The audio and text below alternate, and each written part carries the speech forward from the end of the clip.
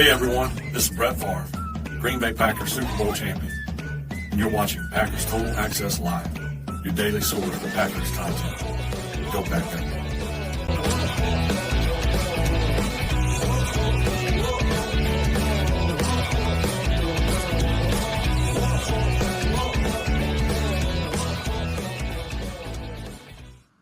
What's up, guys? Welcome into Packers Total Access. My name is Clayton. You can check us out on Packernet.com. Find me on Twitter at Packers_access. Joined alongside Tim in Green Bay. We got Emilio in Tennessee. I forgot y'all's names for a minute. That was right. So we're here to talk Packers this evening. We got an awesome show for you guys and gals set up as we're on the eve of Packers Commanders. Obviously, we're going to hit the Christian Watson contract, the details that we do have. We don't have the exact cap allocation, but we will talk about what the contract is in a nutshell, how much is guaranteed, that type of stuff. We'll also hit a Packers Commanders preview, offense versus their defense, and then we'll hit the Packers Commanders preview, our defense against their offense. All right. But before we get into all that, if you guys would, let's do that YouTube stuff. Hit like, hit subscribe. If this is your first time tuning into PTA, welcome. Thank you for making us a part of your evening. We're not experts here. We're not insiders. We're not media members. We are fans just like you, talking Packers, breaking it down on the daily, doing pregame shows, postgame shows,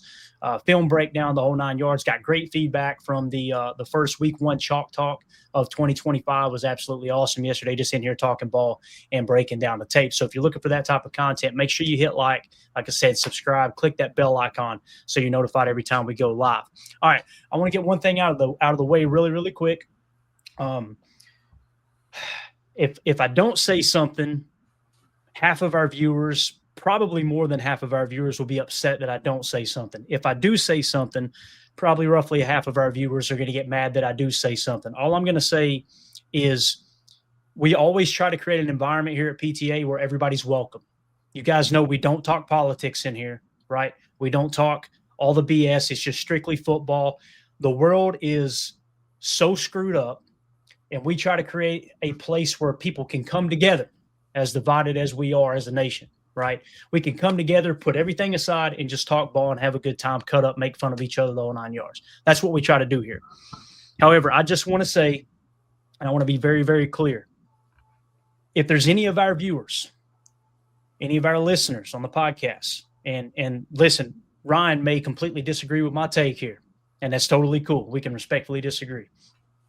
If there's anybody that's celebrating someone else losing their life because you disagree with them on politics, I don't want your views. Please understand that. This is not the place for you. Republican, Democrat, whatever party you want to create, everybody's welcome here. And we're not going to celebrate the death of someone, okay? So I want to be very, very clear about that. And I want everybody to understand how fake I feel right now trying to do a football podcast. Because, again, when you see what happened today, I would feel the same exact way if it had been someone backing another party or someone backing another. It doesn't matter what it is. If someone's not physically harming another human being, they don't deserve to go through that.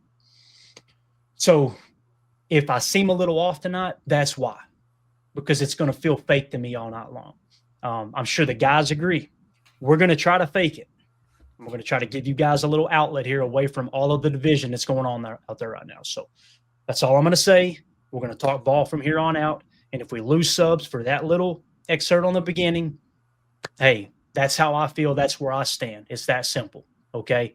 Yeah, I'm as close to the middle as you could possibly get with stuff like this, but we are not going to celebrate the death of another human being. It ain't going to happen. So right. With that being said, let's try to get into some ball here. All right, let's talk the Christian Watson contract first and foremost here. We're getting a few details coming out here. This came from Ian Rappaport. I want to get your all's take on it, guys. Ian Rappaport tweeted out details on the Packers extension for wide receiver Christian Watson. 1 year, $11 million base extension under contract for 2 years and nearly $13 million, $6 million guaranteed, all signing bonus, it says. The $11 million includes $1.85 million 46-man roster bonuses next year. So essentially what you got, we got him still under contract this year. We got him under contract next year, right? And what it turns into is 2 years, $13 million, right? So he's going to get fronted that money, I imagine immediately, that $6 million. So why would Christian sign a 1-year deal? If the knee does bum up out on him, he's got a little bit of security there, right? That's $6 million in the bank, good to go. And if it does work out, this gives the Packers an opportunity, I feel like, to, hey, showcase that you're the old Christian Watson, everything's good to go. I love the fact that both parties came together and acted in good faith, like, hey, look, man, we appreciate the leader you are. We appreciate what you know what this reminds me of, Tim, Emilio? It reminds me of the Jordan Love contract. Remember when they did that kind of 1-year patch-it deal? Jordan, I felt like, didn't need to take that deal. He could have held their feet to the fire, right? But he didn't. But the fact that he signed that contract, Tim, tells me the type of person he is and what he thinks of this organization and how he feels about this team specifically. I get the same vibe from Christian Watson. And I also credit Goody for doing that too with the $6 million signing bonus. It's kind of like hey, look, man, we see what you're doing. You're in here all off season long working with these guys and trying to get back as quick as possible. I absolutely love it. Absolutely. Yeah, it's a win-win, right? It's a win for the team, and it's a win for Christian Watson, right? You have absolute faith in him, and you don't want that hard work to go unnoticed. The timing of that knee injury was terrible. I think this is the best way to handle it. It gives him some peace of mind, and it gives the Packers some flexibility as well. I think this is a win-win scenario. So hats off to Scoot for signing the deal, and to Goody and Russ Ball and the boys for making it happen. And as Jen Wright says here, Emilio, $13 million versus the $22 million that the 5th-year option would have been. That's what we mean by Christian Watson. Kind of feels like he did the Packers a favor, because if he turned down that contract offer, right, from the Packers, Emilio, and he hits free agency, he's getting more than $6.5 million. I think we would all agree, right? I mean, if he's healthy. So that's why I tip my cap to Christian a little more than I do the Packers, but also tip my cap to the Packers somewhat as well.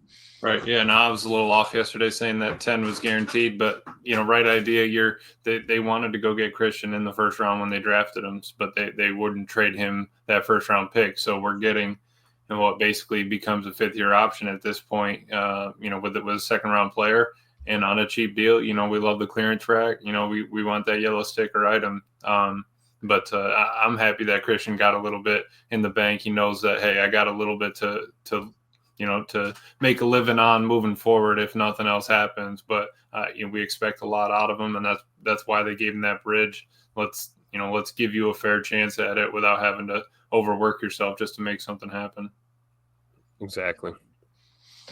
All right. So again, those are the details. Now I want to take it a step further real quick before we get into the preview here. As Clint Armchair Quarterback says, we have high character players, no doubt about that. And Deadfish asks, can they do something like that with Dobbs now, but maybe 3 years?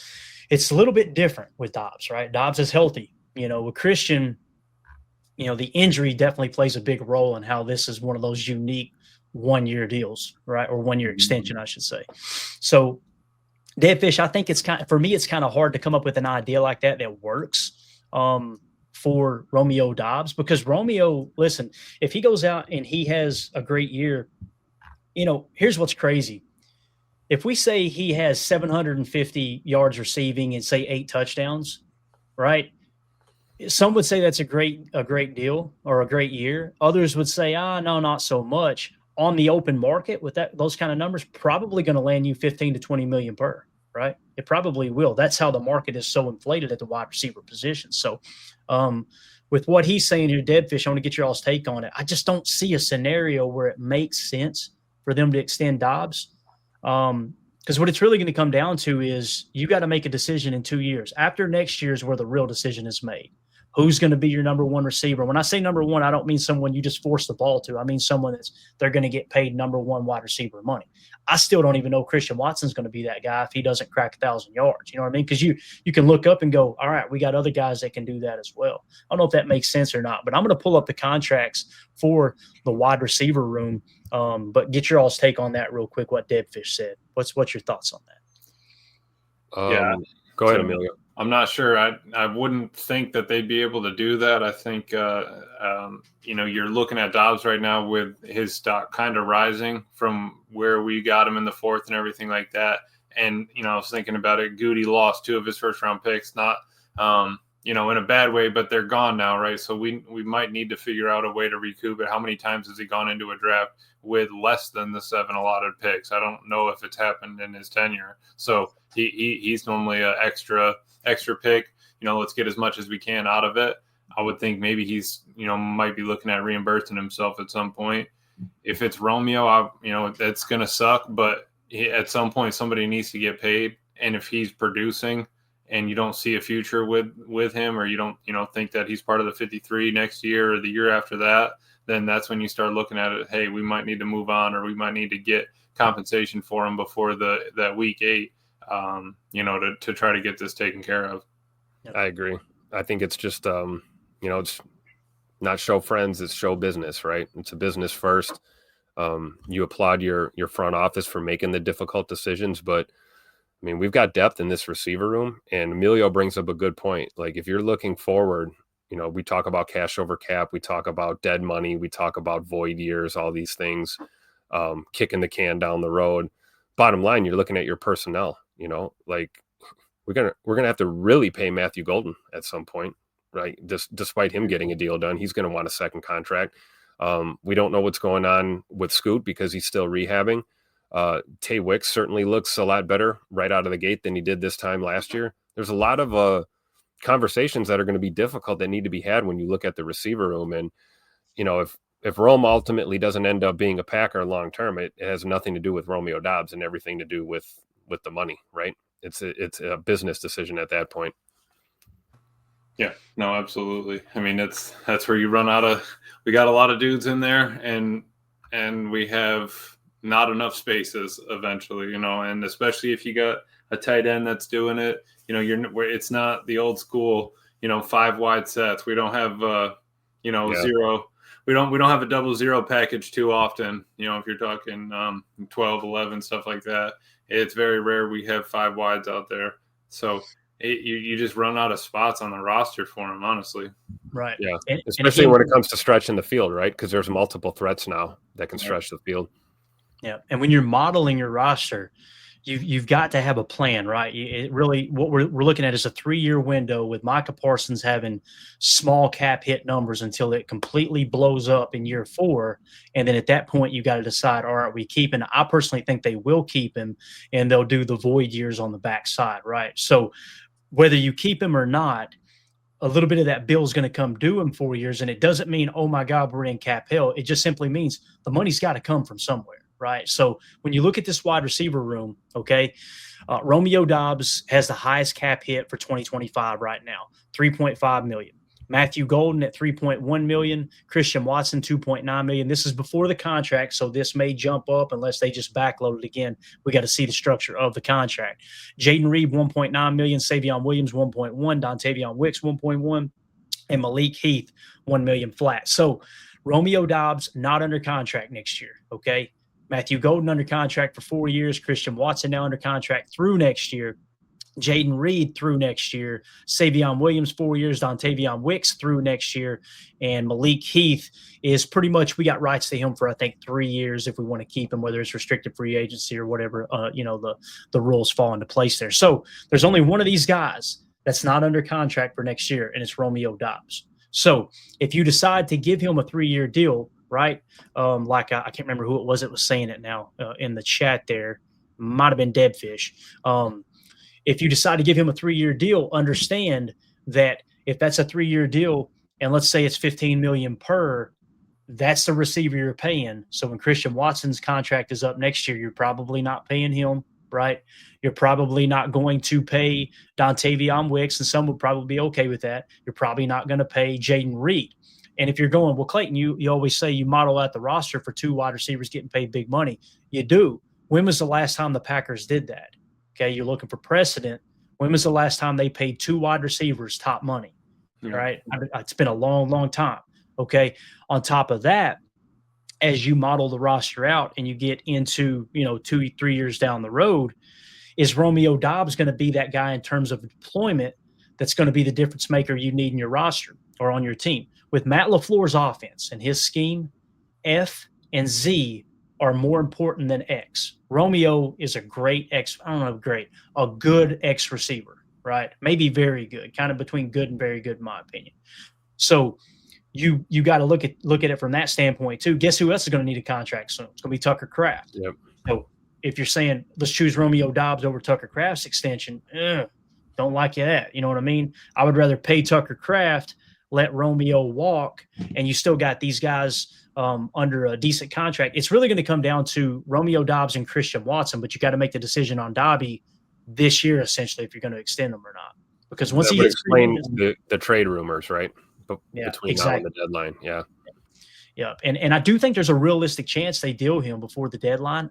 Yeah. I personally don't think it would be worth it unless you could get like a 3rd round pick.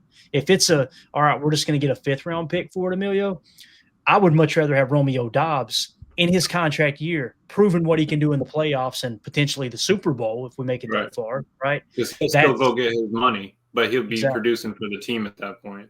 You know, absolutely. I was going to ask you what would be that minimum you take.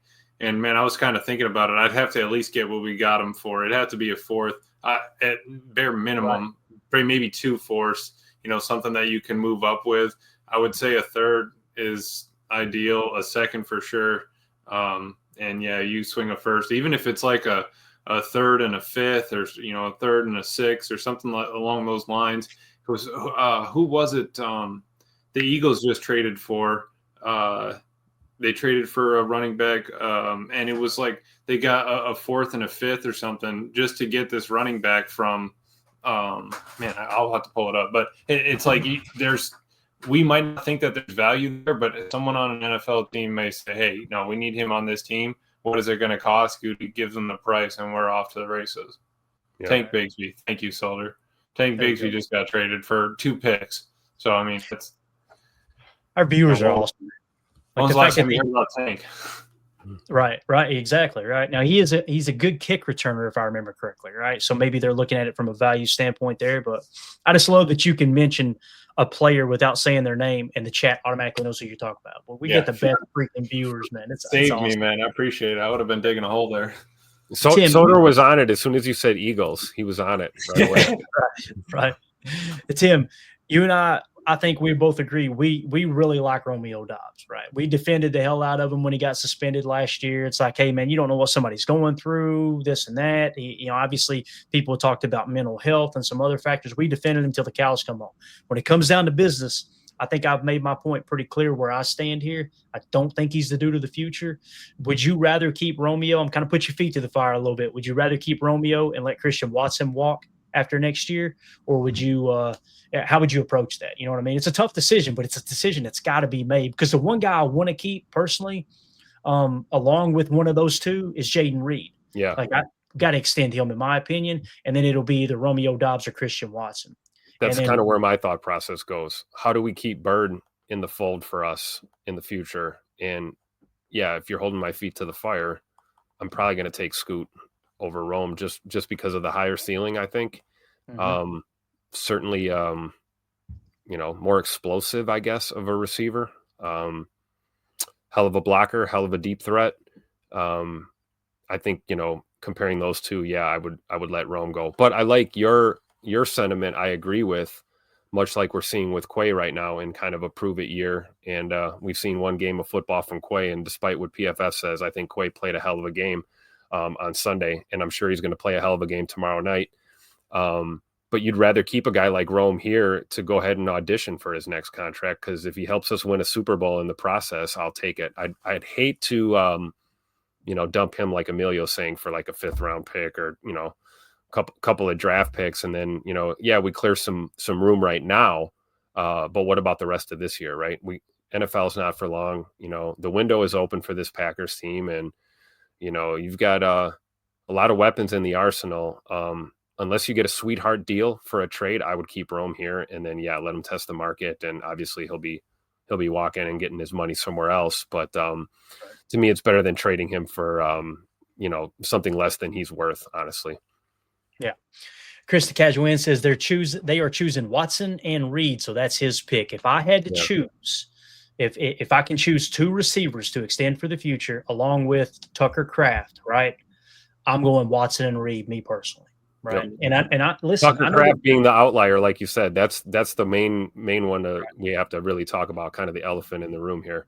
I would rather pay one receiver in Tucker Kraft than pay two receivers and not keep Tucker Kraft. And not keep Tucker Kraft, exactly. But if you can have all three, then yeah, that's the route I would go. And listen, if you're a Packer fan that's going, but Watson's been hurt, he can't stay on the field, blah blah blah. I get it. I understand that argument too. And I think there's a valid point to be made that, hey, look, it wouldn't be worth it to take a risk on guaranteeing a 3 to 4 year contract, and then he ends up on the IR again. I understand that sentiment. I'm going to choose to believe he's good. He's over it now. After they got the hammy issue taken care of. Again, the knee thing, it is what it is, man.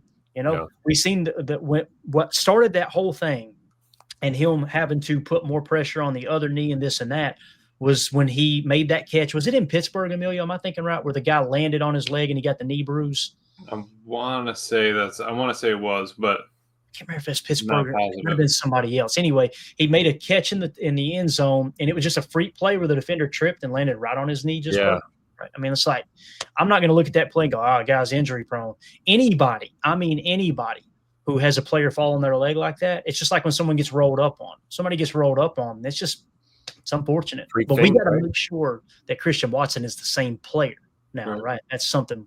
And we got 2 years to do it, which is great news, or a year and a half roughly. So, and it's not like Rome's getting any taller. You know what I mean? Like you also paid for your just physical ability and stance currently. It's not, I mean, if you're spending money on it, most of the time you're going to try to buy the, biggest and baddest type thing.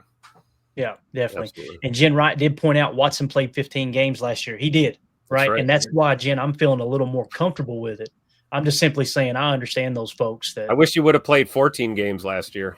Mm-hmm. Gave up that last appearance, right? Yeah, we wouldn't be having this conversation right now. So tough, man. So tough. Let's see. Aaron Rodgers says, I'd still trade Romeo Doubs for Cleveland's Greg Newsome cornerback. That's going to be a no from me, dog. I respectfully disagree there. And me and you disagree on 99% of the stuff that we cover together, man. But yeah, I definitely would not. I would not take that trade. I'm not a big Greg Newsome fan. I'm not a big believer there. And again, you guys know how I feel about the cornerback room as well. I'd rather see more Micah Robinson, honestly. I would rather see, another draft pick taken at the cornerback. I would rather have another Carrington Valentine in the 7th round than Greg Newsome. I'm being completely honest. Like, Carrington Valentine, in my opinion, is a far better player than a Greg Newsome. Now, I know players of that caliber aren't always going to make it to the 7th round. More times than not, they're not going to. But appreciate your comment there, Aaron, for sure. Chase Green says, Clayton, you had said it before, wide receiver is not a tier 1 position. I'd rather invest money and picks into offensive tackles and D tackles, not wide receiver. Let's approach it from that opinion there, Chase. I think you make a great point. If we let both Romeo Doubs and Christian Watson walk after next year, who's to say that Matthew Golden isn't the dude, right? Mm-hmm. What if he is the dude? Then I feel good about Romeo Doubs, Jaden Reed, right? And, of course, our Tucker Kraft, having Tucker Kraft at tight end. So I understand that sentiment there as well. And maybe you're even saying let Jaden Reed walk. I'm too drunk to taste that chicken because I feel like Reed. Yeah, I feel like Reed is really valuable. You also don't know what Savion's going to do. I mean, you have other options, and it's always just kind of the next ladder up. I mean, you got guys on their 4 years left, 3 years left, and that's kind of just how you got to take a look at it. Right, and he's spot on talking about the tiers of importance, right? Edge, defensive tackle, offensive tackle, and of course quarterback. However, if you look at that from kind of a global perspective, there. Look at the teams who won the Super Bowl last year. Philadelphia Eagles, right? Did they have a number 1 receiver? A.J. Brown, right? A.J. Brown was one of the best receivers in the league. So that's the recent model. So if the choice is, okay, let's don't worry about having one of those top tier receivers. And if you've got them in-house, you can extend them. You're deviating away from what's worked here lately, right? So Philly won it last year. Who won it the year before? Was it Kansas City? Or was it not? Who won the Super Bowl? It feels like it's a lifetime ago. That was Kansas City because they were going for the 3-peat. Right. Who was their top receiver when they won it the last time? Now that was one of those things that they didn't really have a top receiver, did they? Yeah. Yep. Travis Kelce. Travis Kelce at tight end. And listen, he is a receiver. He's more of a receiver than he is a tight end.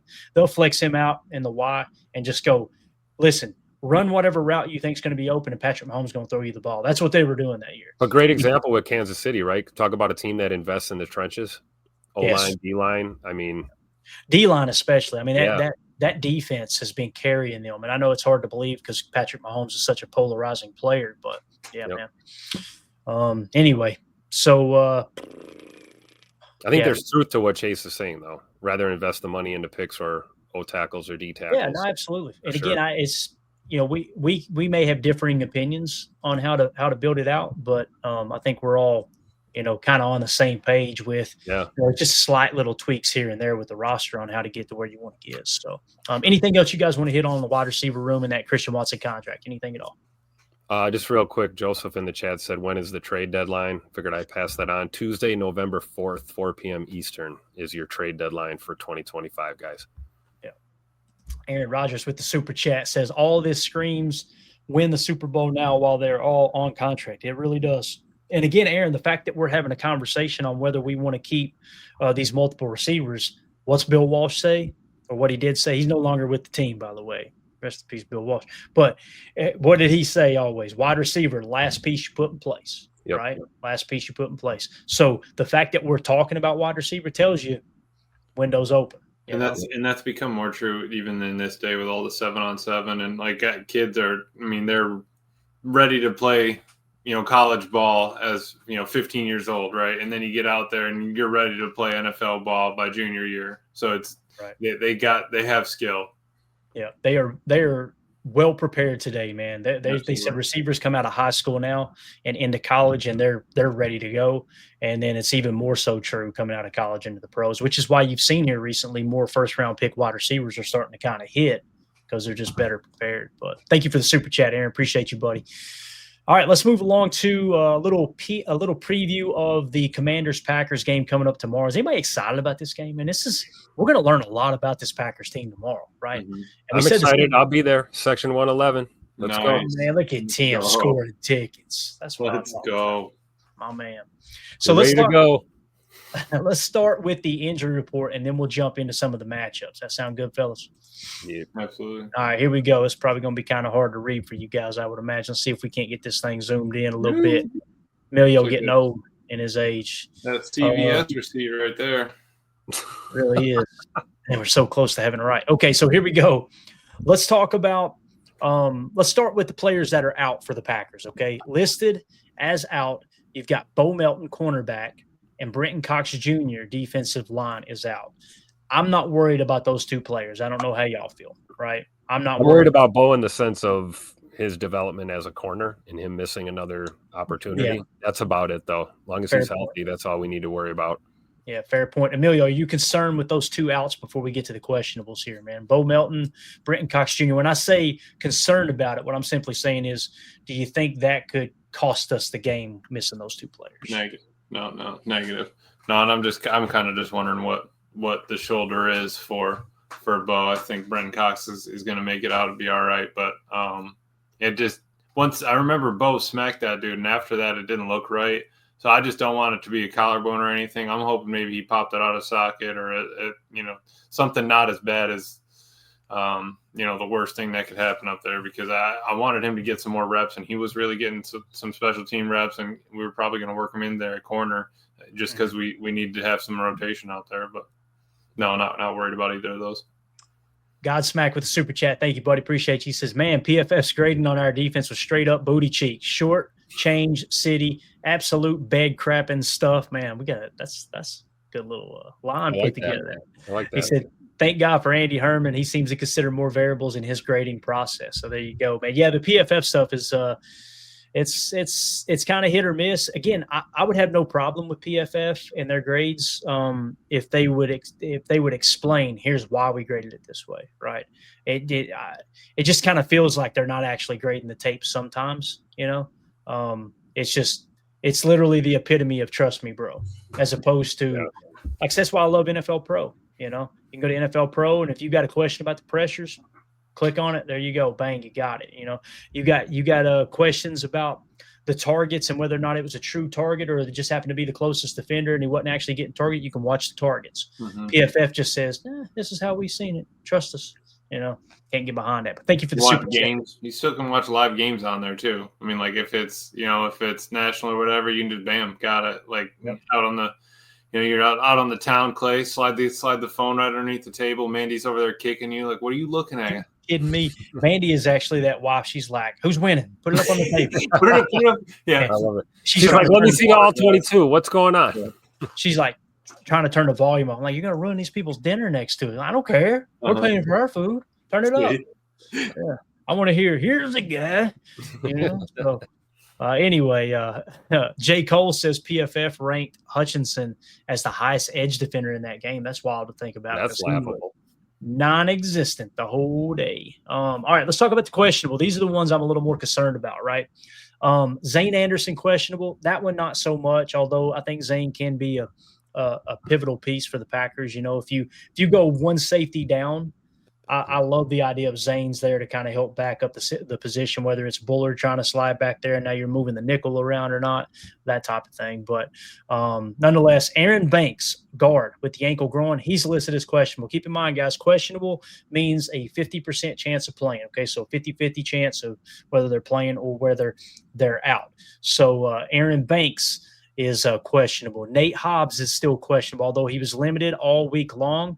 It kind of feels like Nate Hobbs has a better chance of playing in this game than Aaron Banks does. Aaron Banks didn't participate all week. Now, keep in mind, guys, this was kind of makeshift injury report, right? Like if we had practice, they would not have practiced or they would have practiced. But so there is where our boy Nate Hobbs is.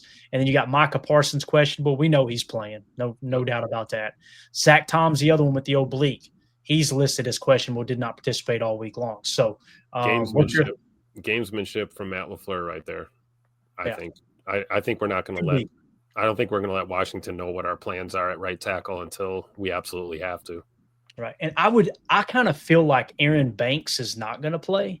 And I would not be surprised if Zach Tom is out there playing. I don't know how you guys feel about that. He's just one of those dudes. I mean, he played – Amelia, what did he tear his pec last year? Yeah. And bounced back and had his best grade, according to PFF, of his entire career, right? Awkward way to fall, too, man. I mean, he put all that weight right on it, so it's something that's probably not comfy, and Aaron Banks got rolled up on, right? So it's you're dealing with just physical injuries from being a no lineman. What out of everything there, I mean, tough. Zane's probably still out. I honestly think still Hobbs is still a little, still trying to make a comeback on there.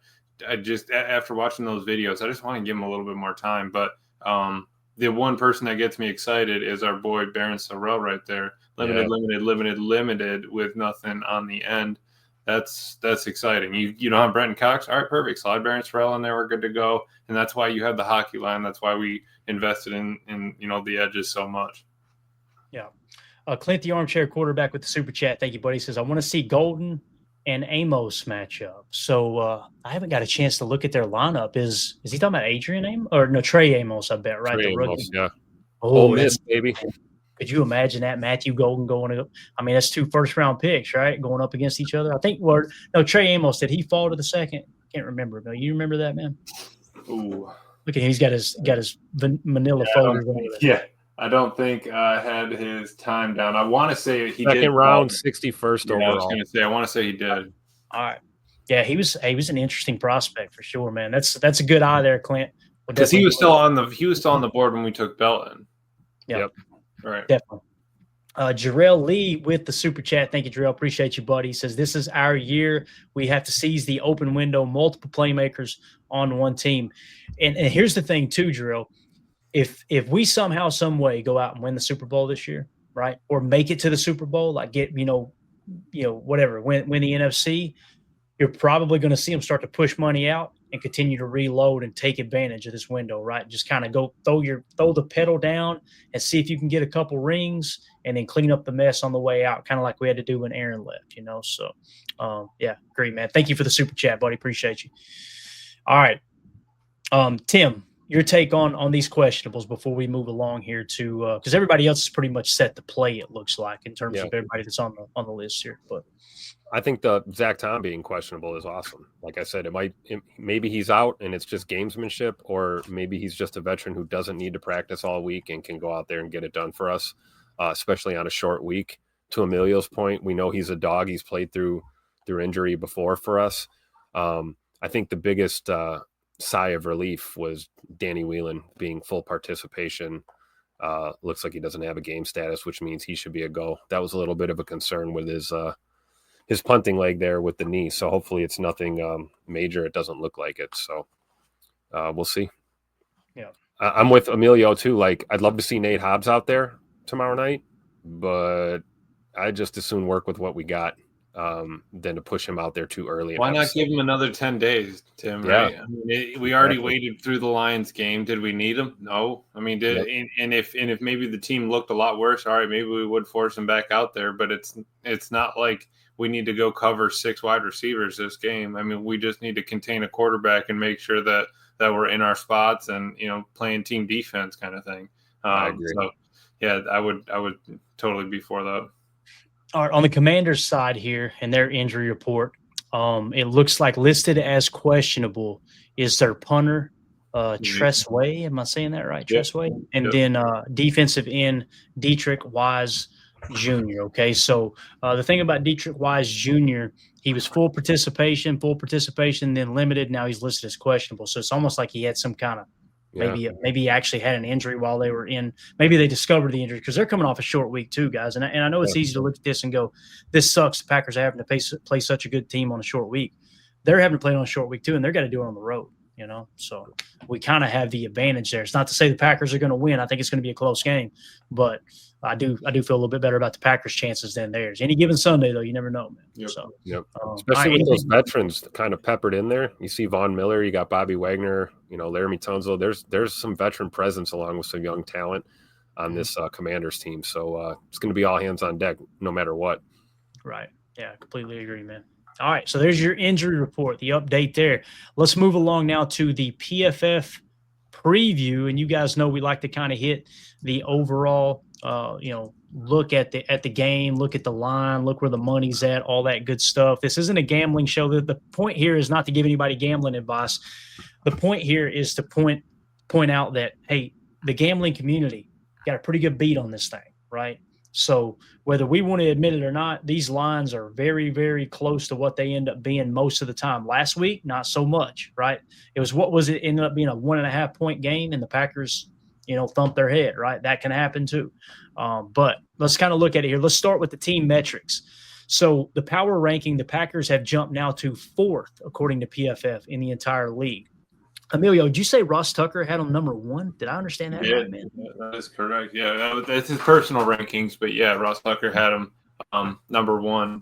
And, he said – and then he picked us to win the Commanders game as well. He said, how can I go against a team that I just gave, number 1 props to? And it's just kind of crazy. You think of all the other teams around. You got the Ravens around you. You got, the Chiefs, Bills are right up there. And it just kept getting closer. Like, he got to the top 10. I was like, I knew we were going to be in the top 10. No problem.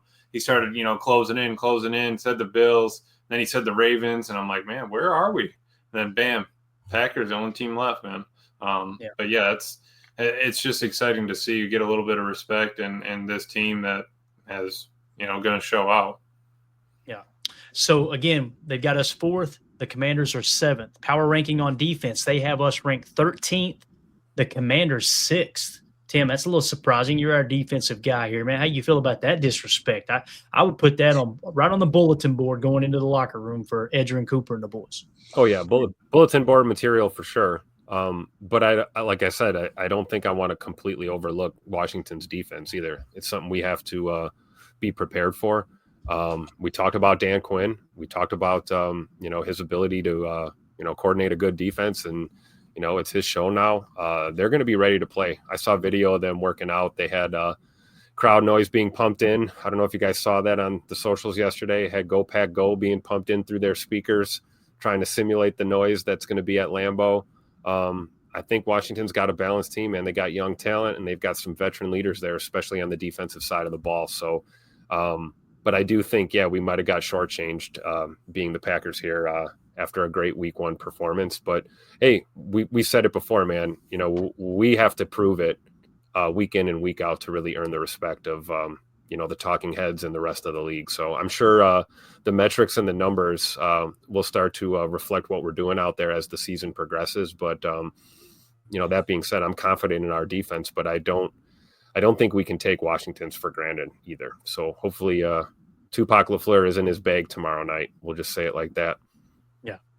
Jake G126 says Colin Cowherd had the Packers number 1 too. That scares me a little bit. Oh. That's when I'm like, oh no. So, not to say the Commanders don't have bulletin board material as well, right? Right. Yeah. Oh, it doesn't scare me. Bates, I watched a cat on TikTok pick us to win tomorrow, so we're kind of set. Hey, we're good. Golden. Let's go. Swing that video, Bates. I need to see that one. Tell Mandy, let's empty the savings out. We're putting everything on the Packers. All right. So power ranking on offense, they've got the Commanders 3rd, the Packers 10th. All right. Now, this is a key point here, and I've seen Jen in the chat highlighted it. Strength of schedule played so far. It's only one game. According to strength of schedule with the PFF, the Commanders played the 27th best team in the Carolina Panthers, right? We played the 5th best team in the Detroit Lions. So that is important, right, to kind of take that into consideration as well. Average offensive snaps, is this right? Is this really right here? They had 72 offensive snaps. We only have 48. Does that sound right to you, Emilio? I'm pretty sure. That's wild. That's wild. So they ran the ball. They were whooping on the Giants. I mean, they were whooping on them. Was it the Giants? So it wasn't the Panthers. It was the Giants. Is that who it was? I couldn't remember who they played. Yeah, I could have swore it was. Let me double check. I'm pretty sure because then the Cowboys are playing the Giants next. They had back-to-back divisionals, kind of like the Bears and Lions. Someone's going to be 0-2 in that. I mean, that's exciting. Yeah, I think. Yeah, I was just thinking they're both sucky teams, so they're kind of in the same category. That's like Panthers or the Giants, right? They're both bad teams. Yeah, absolutely. All right, percentage of run plays. All right, they only ran the ball 41% of the time. We ran it a 50-50 split here, Tim. We had a good balanced attack. Even though we weren't effective at running the ball, our EPA per run, minus 0.23. Theirs was a positive 0.29. However, our EPA per pass, positive 0.59. Theirs was only 0.19. So I think this is going to be a slobber knocker, man. I think it's going to be a great ball game to watch and a good measuring stick for this Packers team because, Tim, there was a lot of people that were saying the Packers might start 0-2, and that's going to be a tough look. And now we're sitting here going, we might be able to start 2-0. And if you do somehow, some way get a win there against the Commanders tomorrow night, you're putting yourself in a position to possibly go 7 or 8-0 based off how the schedule looks if you can beat two of the toughest teams in the NFC early, man. I agree. And like you said about running the ball, right? Maybe we were ineffective, especially early going against Detroit. But, I'm a defensive guy, but offensively speaking, man, I think you're only ineffective in the run game if you get away from it and you bail on it. We were willing to take minimal gains and, keep that defense honest by running the ball. I don't care if it's a yard here, a yard there. We had a lot of 3rd and longs. Luckily, we converted on a lot of those 3rd and 7, 3rd and 8, 3rd and 10 kind of plays. But I think you only hurt yourself, especially in this Matt LaFleur offense, if you bail on the run. And you're running RPO or play action with no run game to support it. The defense isn't going to fall for that. And they're just going to keyhole you and you're going to be in trouble. So I think the balanced attack is going to be the key to this game again against a good Washington team. And I'm with you, Clay. I think it's going to be a barn burner, man. I think this will be a closer game than we saw on Sunday against Detroit. But ultimately, I think we get the dub as long as we don't get away from that run game. Yeah. All right. Yeah. Looking at the money here, Emilio, in terms of the market, right? We are 3.5-point favorites as it sits right now. The PFF projection actually has it a little bit more in the Packers' favor at minus 3.6. Okay. The implied cover probability, 50.2% for the Packers there to cover, meaning basically they will beat the Commanders by 4 points or more, right, is what it essentially is saying there. Break even, 52.4%. Value, minus 2.2% there in terms of their value. So obviously better value than the minus 2.6%, taking the plus 3.5 for the Commanders, okay? When you look at the money in terms of the spread, 51% of the money is on the Packers and 55% of the slips, the actual bets, are on the Commanders. So that's somewhat of an even split there. I always err on the side of the overall money. So I would say the public is on the Packers side here. It makes me feel really good, though, Emilio, that it's only 51%, because when you get the public 65% in the Packers' favor, I get worried there, man. I really do. Because 65%. 65%. That's what Thank you, Tim. Because when you get the public on a team way more than, it being close to a 50-50 split, there's a reason that Vegas can hand out those free drinks with the pretty little umbrellas in them, and we've seen, I think last week, the books won the Vegas won over the public last week in terms of the NFL. So anything you want to add? No, I was just I took a peek. So it looked like the Commanders had 65 plays, but 432 yards, 220 rushing. They only went 4 for 11 on third downs. I mean, I think we do have a good shot. I really do. And I like what you're saying there. You want to be able to keep that money as even as possible, where it's not getting too one-sided. Either way. Yeah, for sure. All right, moving along. The money line. This is just winning outright, okay? The Packers are minus 179. The Commanders are 150, okay? So that's how that lies. Obviously, the Packers are favored to win this game. It goes without saying. Implied win probability is 63.8% for the Packers here, Tim. That's I try not to focus on that number too much, but the fact that that's the implied win rate, there make no two bones about it, man. The PFF system thinks the Packers are going to win this ball game. Doesn't mean they're going to. PFF seems to think that they are. Break evens at 64.1%. Let's look at where the numbers are. 74% of the money on the money line is on the Packers. 82% of the bets are on the Packers. If those two numbers were up top on the spread, Tim, I'd be shaking in my boots right now. I'm not so much worried about the money line, obviously. So, absolutely. I think it's going to come down to what Hafley and the boys have in store for Jaden Daniels. Clearly a more mobile quarterback than Jared Goff. This is not going to be the same type of vibe we had on Sunday. I don't know how to feel about him. I'd like to say keep him in the pocket, make him beat you with his arm, but we've seen him do that, and you definitely don't want that guy getting out and running around on you. So I think the defense is going to be the X factor in this one for us. Yeah. As J. Cole points out too, PFF also thinks we have the 13th ranked defense, and I disagree with that. Same as I'm sure you do, Jay. That's interesting that you could watch that defense against the best offense in the league in 2024, and they went out there and dominated them from whistle to whistle, and to pretend like, no, there's 12 other defenses that are better than them. And again, it's early, and these numbers, you don't really want to key too much in on these numbers until you get about halfway through the season, So, So anything else you guys want to hit on this screen right here before we move along? We're actually out of time already. That's crazy, man. This show flew by. My gosh. Let's take a quick glance here, all right, at the lineups. Is that cool with you boys? We'll just take a quick look at it. Yeah, sure. Obviously, we're going to be in 11 personnel the majority of the time. They're going to be in nickel. So, and keep in mind, guys, these are the PFF grades from this year, okay? So it's just literally one game so far. So it doesn't, you can click on each of these players to kind of get a better idea of, all right, how good are they? Like, for instance, Kinlaw, their defensive tackle, okay?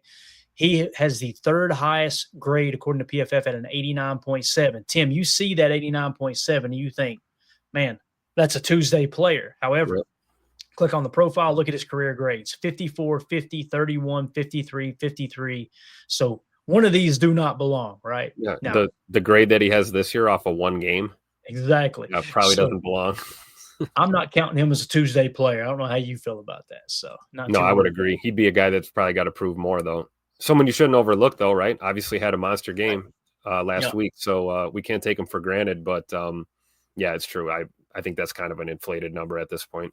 Yeah, and then when you look at the other defensive tackle, they've actually got them listed as left ends, which I'm pretty sure they must play a 34. Actually, let me see real quick. Yeah, they play a 34, so that's why. All right, got it. So Daron Payne, been a pretty decent player throughout his career. He graded out a 77.1 last week. You look at his career grades, though, 67, 67, 70, 63, 64, 61, 51. That's not a Tuesday player. Doesn't mean he can't have a good game. Just simply means you're not building the game plan around how do we stop this dude, right? So they do have Von Miller, right? Look at Von Miller's career grades, man. Isn't that crazy? That's a first ballot Hall of Famer. 90, 93, 91, 90, 91, 90, 91, 90, 79, 91, 85. And then in 2023, he dips to a 53. He was injured. He was injured in 23, wasn't he? Well, it's got him ranked, so it's got to be a decent amount of snaps, or else they wouldn't have him ranked. But I want to say, I think he did get injured that year, though, Tim. 2024 last year, 85.5. So he was back to being his old self there, right?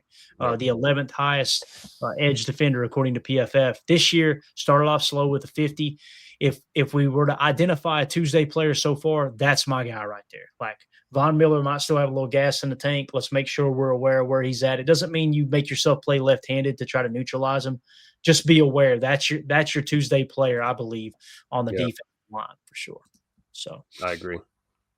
All right. So when you look at anybody else that kind of pops up here on the radar, they do have Marshawn Lattimore, right?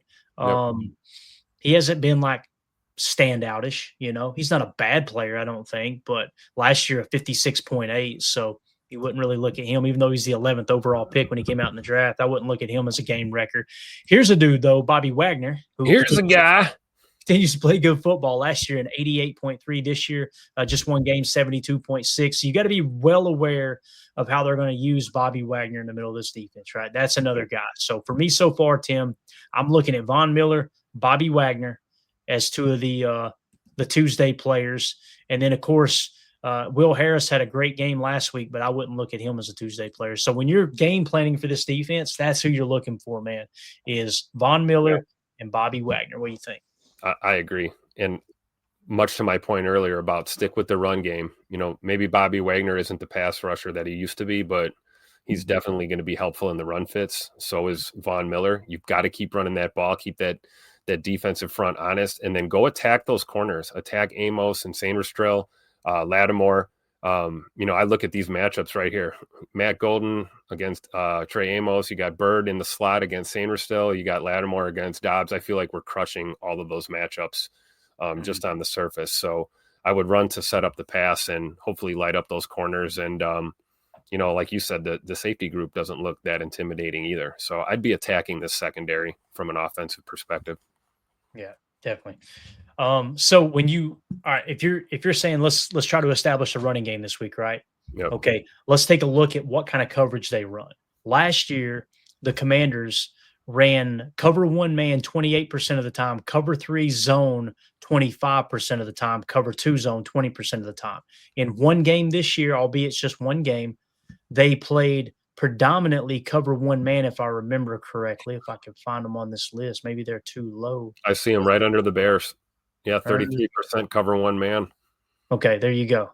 Why am I not? Okay, I see it now. 33%. So based off of your tape from last week, and typically the way you do this, guys, is you want about a 4 or a 5 game saturation. So what you'll probably do is go look at your last head-to-head matchups against Dan Quinn. What did he like to do? You'll look at the last 4 games that they played. And obviously last week is where you'll carry the most value in what they may do from a game planning standpoint. So the fact that they ran predominantly cover one man, was that because they were playing with the lead and wasn't worried about the run? Could have been the case, as Emilio pointed out, with them playing the Giants and beating up on a bad team, right? So try to establish the run early. Don't be surprised if it works, Yeah. But if you're forced to play from behind, and they go out of that cover one man and they shift into more of what they did last year, which they played a lot more zone than they did man coverage like every other team in the league did, you might find yourself attacking a cover 2 and a cover 3 variation. So I'm with it, though, Tim. Based off what we've seen with Kinlaw, on the surface looks like a great player. You dig a little deeper. No, he's not. And then, of course, you got Von Miller. I don't think run defense is Von Miller's strength. He's obviously a good pass rusher his career. So let's try to establish a run and probably do it with a duo attack. So, Emilio, you got anything to add here, man? We basically identified 2 Tuesday players here. If you had to comb through and really try to find them, I think it's Von Miller and it's Bobby Wagner. Yep. I was just going to say Wagner. I mean, and you just kind of go with the veterans there at that point. You kind of lean on them. You say, all right, what do we know? We've seen them for a decade at this point plus. Build off of that, and then maybe attack the young guys. You got Lattimore, Sainristil, Amos. Yeah, young dudes that you can go after, and make a change there with that. But I'm not too concerned after kind of diving into it a little bit. I hope Matt can get it going. Then we can always run the ball. Just keep feeding Josh, get Emmanuel going, and just sort of lean on that. But again, like Tim was saying, play with a little bit of a lead. You're in business. Yeah, for sure, man. All right, there you go. There's the preview, our offense against their defense. Let's switch over to our defense against their offense now. Let's just keep it with the nickel look, our nickel 4-2-5 against their 11. personnel. And I'll start to run down the offensive numbers so we can see tendencies there. And Emilio, you just go when you got to go, buddy. I seen your message there, man. You do your thing. If you guys would take a quick second, we got a bunch of people in here watching. Thank y'all for making us a part of your evening. Hit that like button, hit subscribe, and click that bell icon so you're notified every time we do go live here in the future. Thank y'all for hanging out on this eve of Thursday night football. We got Packers in all whites tomorrow. Got the winter storm morning game. It's going to be a dandy, man. It's going to be a dandy. So, all right. Let's take a look now at their offense. Let's identify some Tuesday players on offense. And let's start right here at the top of the list, Mr. Jayden Daniels. This dude, he is electric, Tim. This guy is on pace to be one of the best quarterbacks in the league. He's probably right now, it's early, but I would put him in the conversation of top 5. And if he puts together a string of 4 to 6 weeks of this type of play that he showed last year and he showed in week 1, you're going to be talking about top 3 for Jayden Daniels. This dude is a real deal, man. Yeah, I was hoping for a sophomore slump, but I'm not naive enough to believe that it's going to happen. He's certainly the real deal. I think he's proven that so far, and we have to account for him. I don't know if that means running some spy looks or whatever we have to do. Maybe you just put Edgerrin Cooper on him all day long and just have him spying him. But he's a guy that can beat you with his feet and his arm. And I think for a second-year player, his FBI is off the charts compared to guys that were in his draft class, at least that we've seen since last year. So, yeah, Jayden Daniels for sure. Real deal. Yeah, and again, what does he do well? Everything. Yeah, he's an excellent passer. He's got elite athleticism. He can move. They can break out the RPR game on you. This is your first taste of Jeff Hafley with Micah Parsons in the lineup, where you're going to be going up against a 6-back offense. Now, listen, he's not going to run with power like a Josh Allen and a Lamar Jackson does. That's someone that's truly they're just going to design runs. Hey, let's run QB power when we need to type of guy. But boy, oh boy, can he hurt you with his legs. So someone in the chat earlier, Chase mentioned it, and I think I've still got it marked. Here we go. Chase Green said, Clayton, are you afraid of running stunts against Daniels? He can spot those and run forward. I like a basic rush tomorrow. I wouldn't steer too clear of the stunts because the way we run stunts is we usually have a scrape coming off of it. And you'll notice, Chase, if you dive into the tape, when we do those scrapes off the stunts, let's say you run a torch stunt, right? You've got the 2 defensive tackles stunning. They're essentially twisting, right? The guy who goes first typically will engage, take the blocker, and then you see him immediately work himself back a touch and watch for the quarterback to rush, okay? And when you do that and you stun inside, if that guy stunts inside across the quarterback's face to his right hip, the quarterback's going to look to scramble left. We've been scraping a linebacker off the opposite side. Yeah. Right. And we've seen it with Quay last week. We've seen it, over and over and over. So this might be the game, Tim, where you put Micah Parsons in that A-gap as Joker a little bit and let him be that scrape where the second Jayden Daniels tries to pull that ball down, you're blitzing, but you're not blitzing recklessly to where, okay, we got to, we're going to be out of our rush lane. So essentially you're like trying to blitz contain basically. Yeah, exactly. Yeah. And if he doesn't look to scramble and you got all your rush lanes, under control, then let Micah continue coming after him. I could see that. You could also do that with Edgerrin Cooper, right? And have Micah rush off one side and draw a double team. Okay. This screams another good Rashawn Gary game for me, just personally, because if you truly attack it with some kind of spy principles for Jayden Daniels and they take all their attention and put it towards, okay, they got a spy. We need to try to attack down the field if they're going to occupy with a spy. We got to double team Parsons. It's going to be real easy to forget about Gary. So now they may look at the tape we seen last week, though, Tim, and go, boy, Gary looked damn good last week. We might want to put a little double action on him and see if we can handle Parsons one-on-one. If you do that, good luck with that with Parsons as well. So it's going to be fun, man. It's going to be interesting here. Jayden Daniels is an X factor. There's no doubt about it, though. For sure. I would look for them to try and get some kind of a run game going, too, pretty early on to help their passing attack. I don't know. They got Austin Eckler, and I forgot who the other back is there. No right offhand either, but they've got Austin Eckler listed as the starter. I don't see him as a Tuesday player, but he is one of those guys that can put it together for a game, for sure. So, Yeah, and that's another thing too. I don't know if this is true or not, Chris. Chris in the chat said I heard Parsons had 4 sacks last year against him. I remember when we broke down the highlight reel, multiple times he ran Jaden Daniels down, and you can see Jaden Daniels was looking to do one of his little, "Hey, I'm quicker than everybody else on the field," and Michael Parsons has something different to say. So Connerly Jr., rookie right tackle as well, I believe. So look for that matchup. good stuff. It'd be fun to see Micah against Laramie Tunzel too. I mean, you're talking about great on great, right? Right. So I'm not worried about the run game other than the 6-back offense, right? With Jaden Daniels' ability to run the football. Okay. And let's look at the receivers real quick. Zach Ertz, I should say, his best football is behind him. I don't see him as an X factor, as a Tuesday player.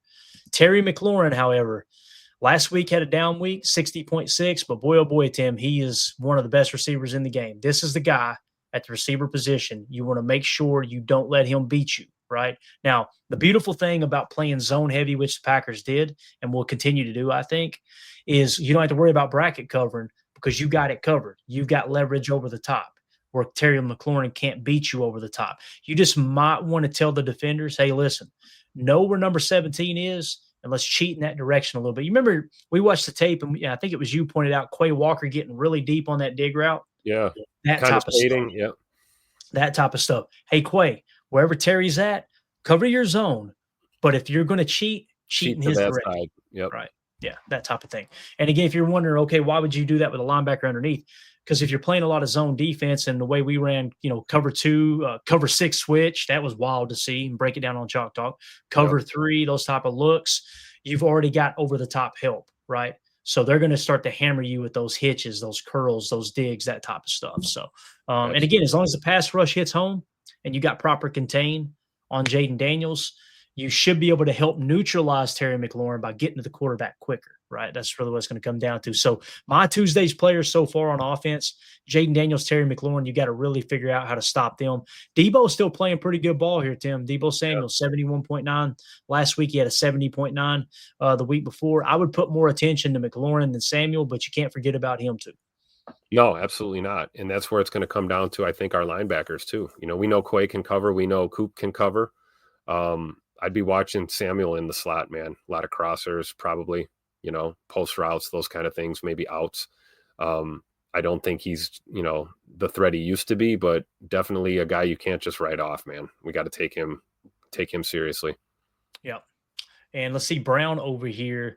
Noah Brown, not overly concerned with him. Big body receiver, 6'2", 215 according to PFF, but not overly concerned with him. You don't want to build your defense around stopping him. Yep. You Good pointed test out for CV this week, right? Terry McLaurin lining up against Terry McLaurin. Looking forward to seeing that matchup. Yeah, and like you pointed out, at tackle, Josh Connerly Jr. over there at right tackle, he's a rookie, man. Only got one game under his belt. At guard, nothing to write home about there with Allegretti, I guess is how you say the name. At center, they're showing Biadaz. Nothing to write home about there. Coleman at left guard.